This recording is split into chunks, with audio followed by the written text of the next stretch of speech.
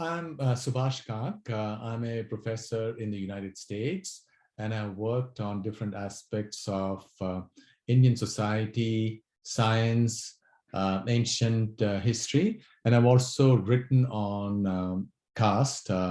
So I want to talk about certain misconceptions which require decolonization of Dharma, and these misconceptions are, in fact, quite ancient. And over 100 years ago, or 90 years ago, the great Sri Lankan and British scholar of Hinduism and art, Ananda Kumaraswamy, wrote that even though European scholars have been writing on India for over 100 years. This is when he was writing it. They and their Indian followers get it totally wrong, and literally everything they have written about Hinduism can be stated as not getting it right. I'm only paraphrasing Ananda Kumaraswamy, I must admit. So the question is, why did that happen, and what does it really mean as far as our concern with caste as a category is concerned? And since that has become a part of a lot of activism, we want to come to it. Now, the reason why it happened, of course, is because of colonization. And the British use their lens, and colonization itself starts with racism. Because why do you colonize another place? Because you think that the two races are different. And so the lenses that the British used were so wrong that the way they described it, even though there were a lot of wonderful scholars, and there was also a lot which is very important, but although the surface descriptions were fine, but they didn't get the very essence of both what Vedic science was all about, and also how the social categories worked. Now we know that caste, as we know, in India was really fixed in the 1901 British census, because at that time, when the census takers went to different parts of India and they asked different communities as to what Varna they belong to, they said, we have no idea. We are such and such Jati, but we don't know what Varna we are. And the British were not happy with it. And they had encountered this 20 or 30 years prior as well. And then they pegged different communities to different varnas in this theoretical framework of four varnas. And with time, that was internalized by certain communities. And therefore, we have a huge problem at this time.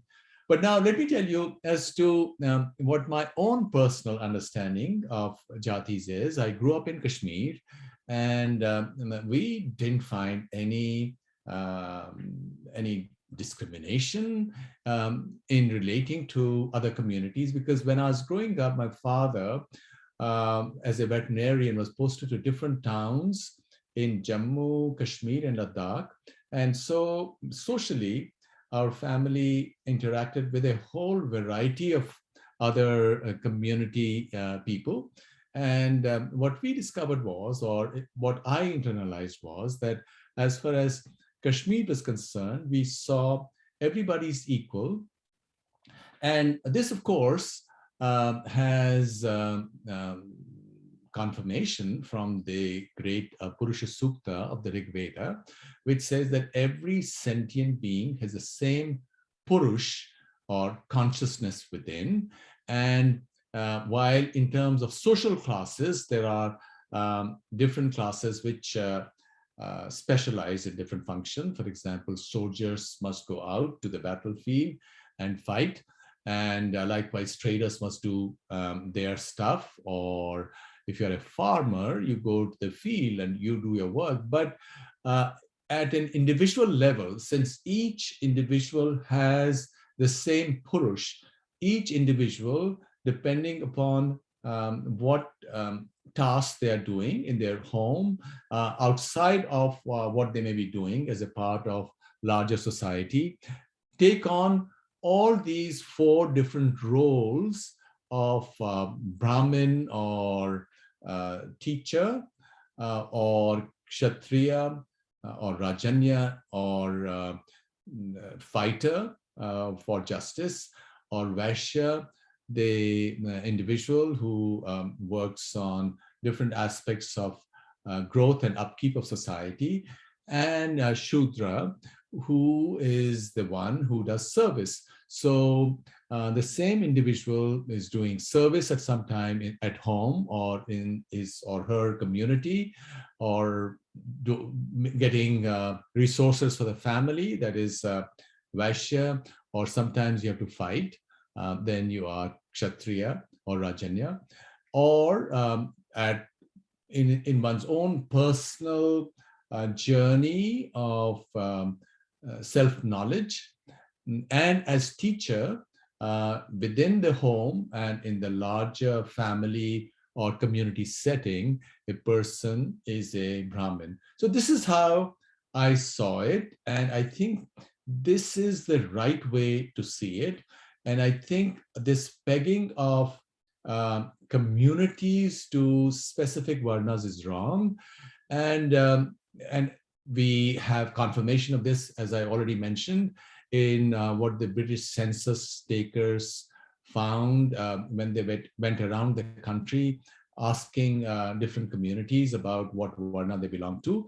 And the word caste, which I personally never use, but sadly has become a part of the narrative in India, is not something for which we have any synonym in any Indian language. You have the words Jati and Varna. They don't correspond to caste. The way we see caste now is pegging of Jati, which is your personal lineage, social lineage, which community or who are your parents and who are your relatives and how far back in your family tree you can go. And once you do that, you find all kind of complexity, quite the same way that you will find outside of India as well. For example, in Europe, in the Middle Ages, there were different communities which were focused on different kinds of tasks. Socially, there was much less stratification when when communities were fighting battles or something, but much more flow and much more opportunities in new professions when there were periods of peace. And now, to understand this in India, one must note that, and this is something from what comparative economists will confirm, that before the coming of the British, even though India had unsettled conditions for a long time, so prior to 1000, if India's share of the world GDP was 40%, by 1800, it was still about 25 to 30%. So it was quite substantial. As a point of comparison, America, which is the richest country that's ever been, US, America's share of world GDP at this particular point is about 16 or 17%. So at 1800, India's share was, say, 25%. And the way the British ruled India, by making it a destination for the goods that their factories produced, and ensuring by the way they ruled India that industrial revolution did not take hold in India. Industrial revolution, say after 1820s or so, prior to that, the British were placing stiff tariffs on India because their own factories could not compete with, say, textiles from India. But after they set up their factories, India, and since they didn't allow by by the way they put a stranglehold on the financial system in India, they didn't allow similar factories to take place in India.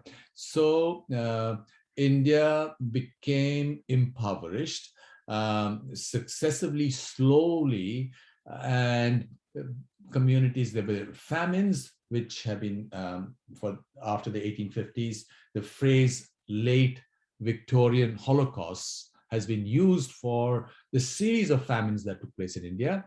And India became so poor that by the First World War, 1914, it's been estimated that undivided India's share of world GDP was only 1.4%.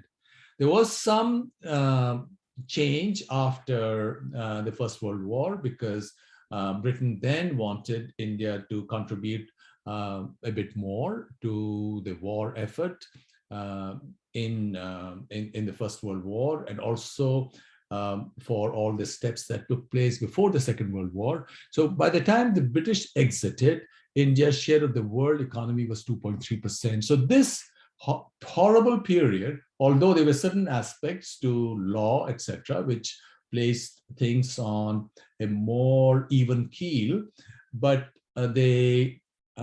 this period of, say, 1800 to 1947 saw India's economy shrink very precipitously, which had corresponding repercussions for social relationships, and the different communities, for the sake of survival, hardened their attitudes towards each other. And so a lot of what we see in terms of inter-community or inter-jati oppression, and it's normally amongst the poorest rural communities, is a consequence of that horrible period. So to go back, there is no analog, once again, for the word caste in any Indian language. Jati is, of course, a reality as anywhere else. There are communities which can go back and look at their history. And back in history, some communities which were very prosperous, maybe a few hundred years ago, after war and after if a hostile army marched through their lands. So there were communities which fell on very, very hard times. But now those things are all changing. And likewise, we have information and data on communities which marched in quite a different direction. In fact, one of these communities, members of which I have interacted with in the US, is the so-called Saurashtra community of Madurai. And the people that I know in the US are amongst the most successful and high-achieving ones, with, you know, their children getting all kinds of advanced degrees and doing exceedingly well. But when you go back and see them having left Saurashtra or Gujarat, Maharashtra about several hundred years ago, and slowly marched down, initially at the lower end of the economic order, and having then established themselves in Madurai and become weavers first of all, and then slowly they've gone up, and now they are concentrated on the most advanced and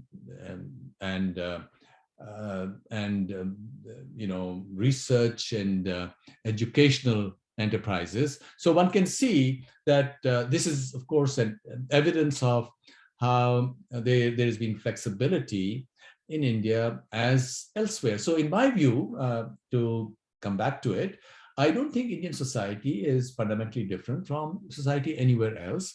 Now, of course, there is something about the Indian society which because of its um,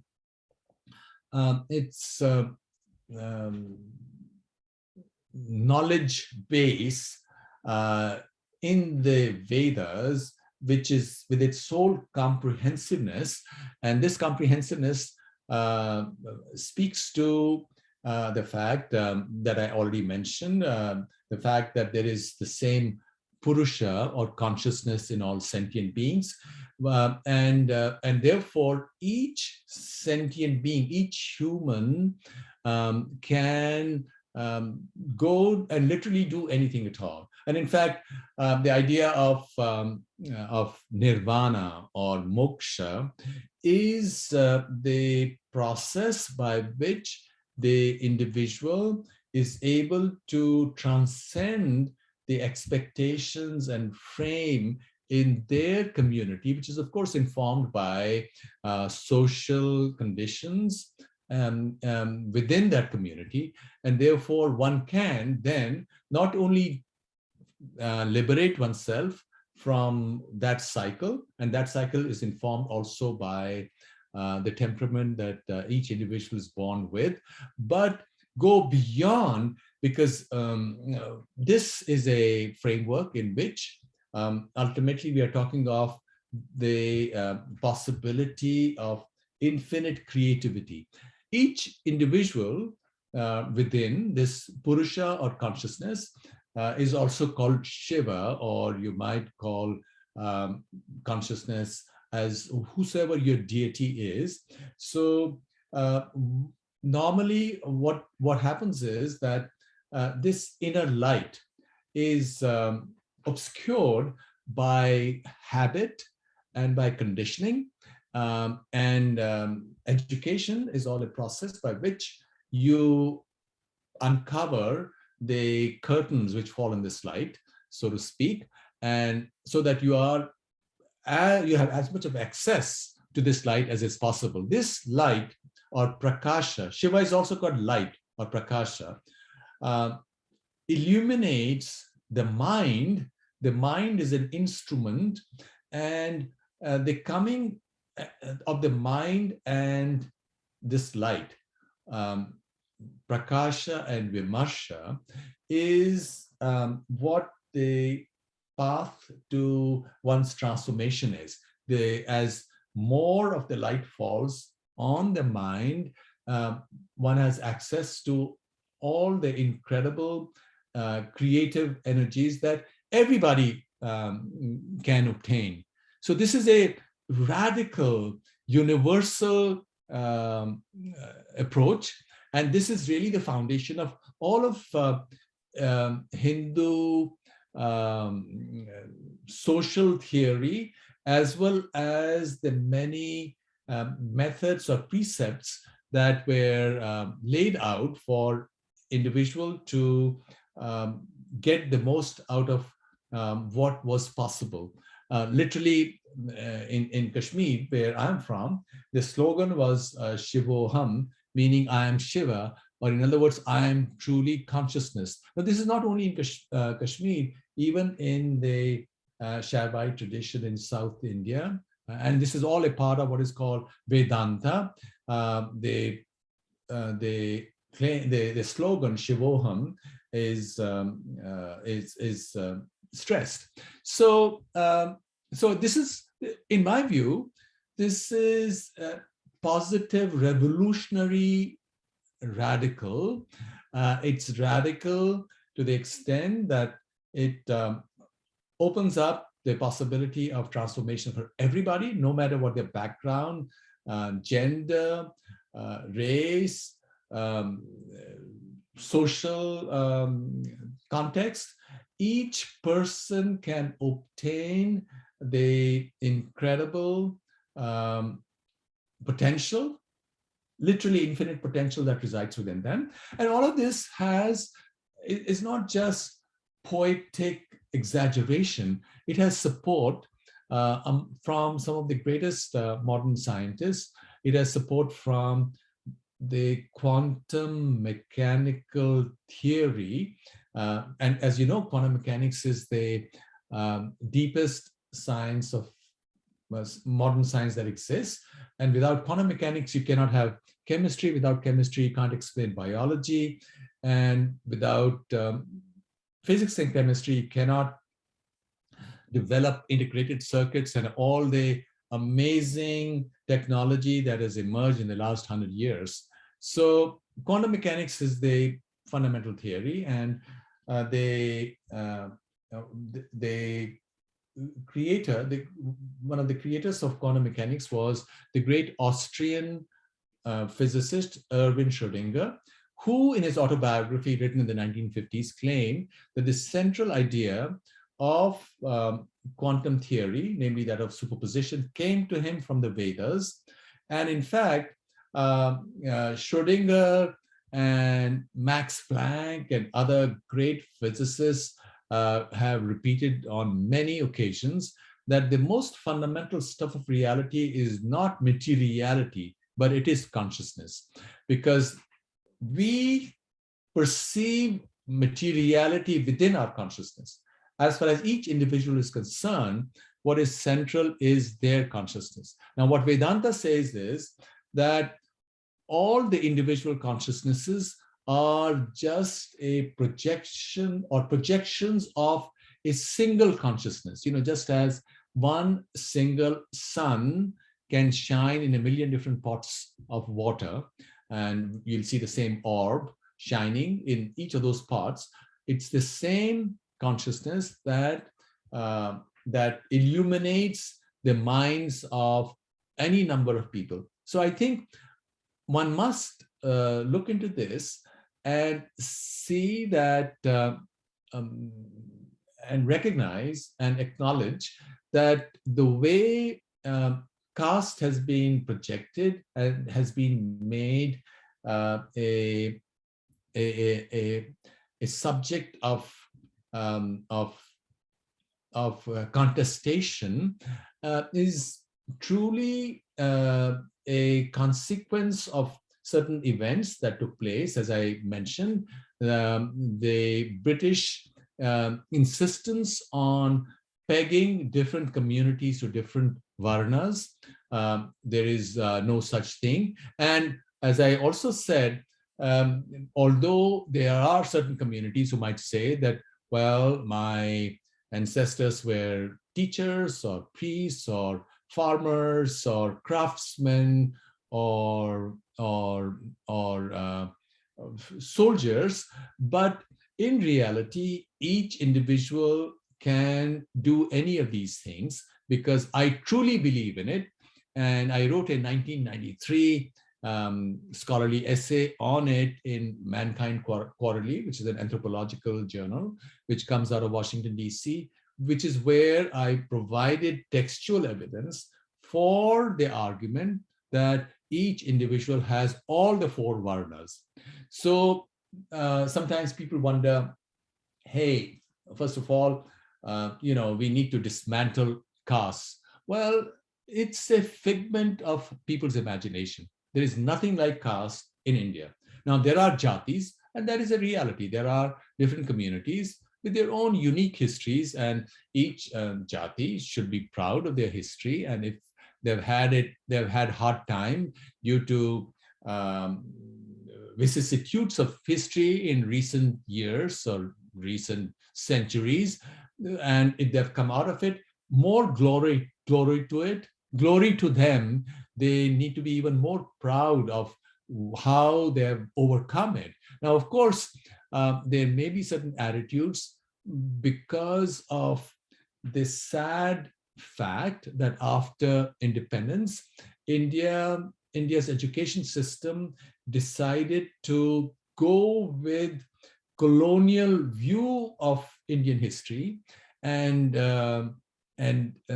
that has been perpetuated. So rather than fight all of this, as great scholars like Ananda Kumaraswamy or Sri Aurobindo had proposed, this has been sort of put back, and the word caste itself has entered the narratives in India. So in India, since there's no there's no equivalent to it. Sometimes people use the word in North India. They can't say caste, they say caste.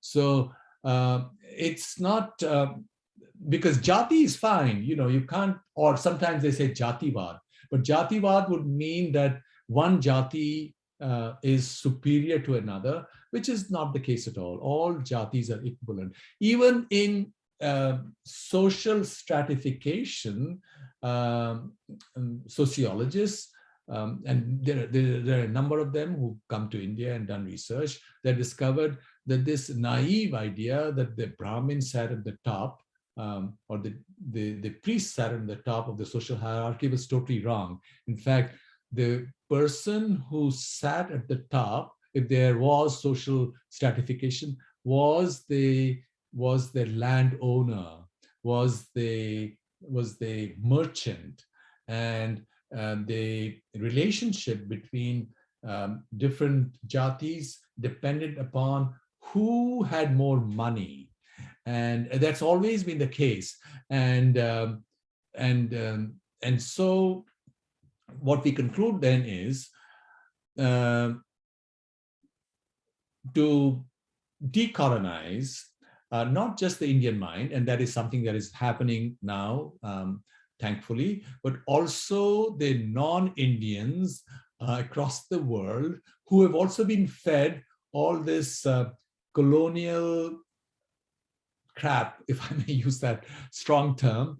I can only say that fundamentally the Indian experience has been no different from the experience of other societies across the world.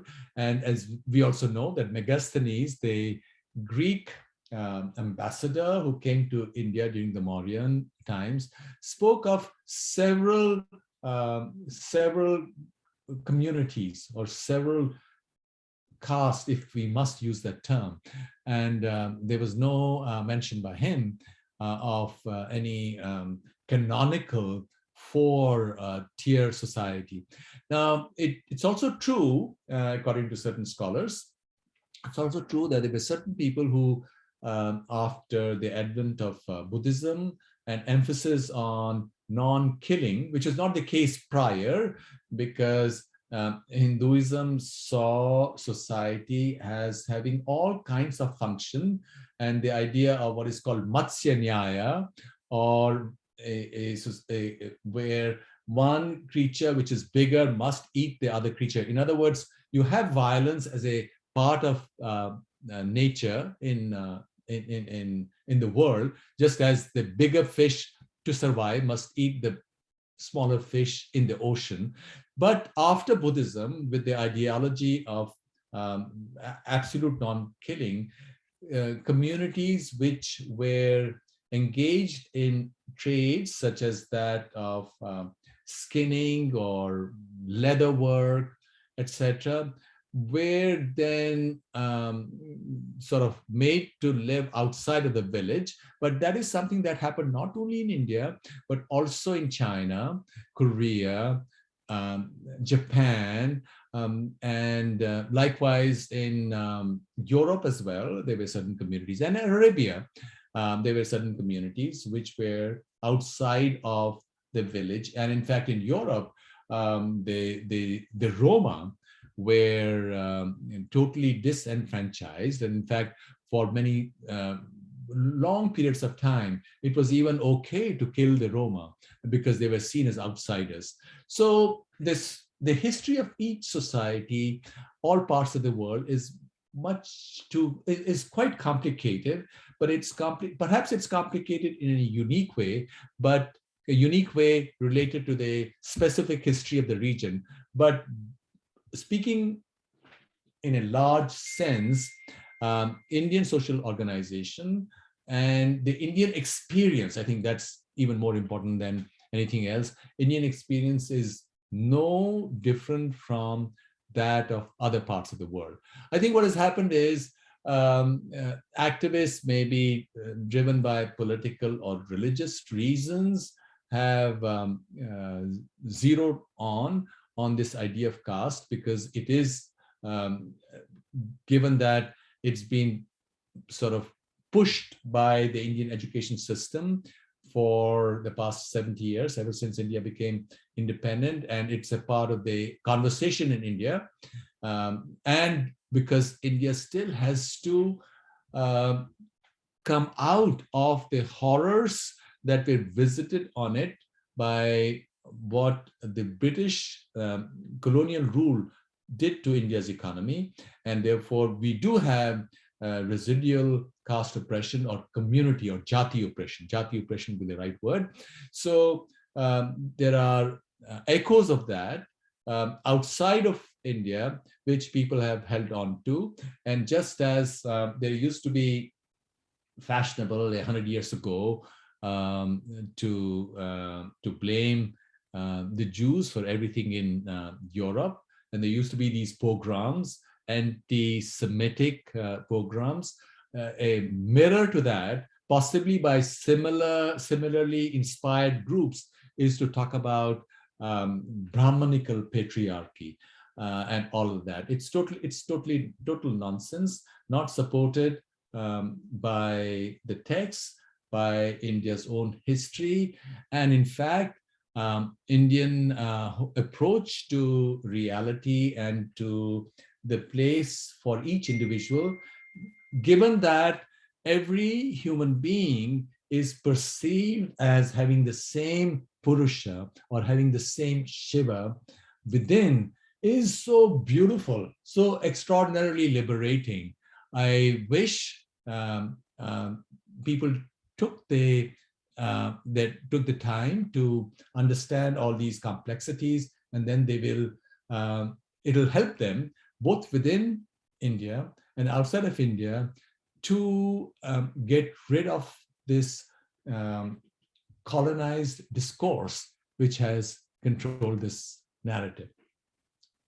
Thank you.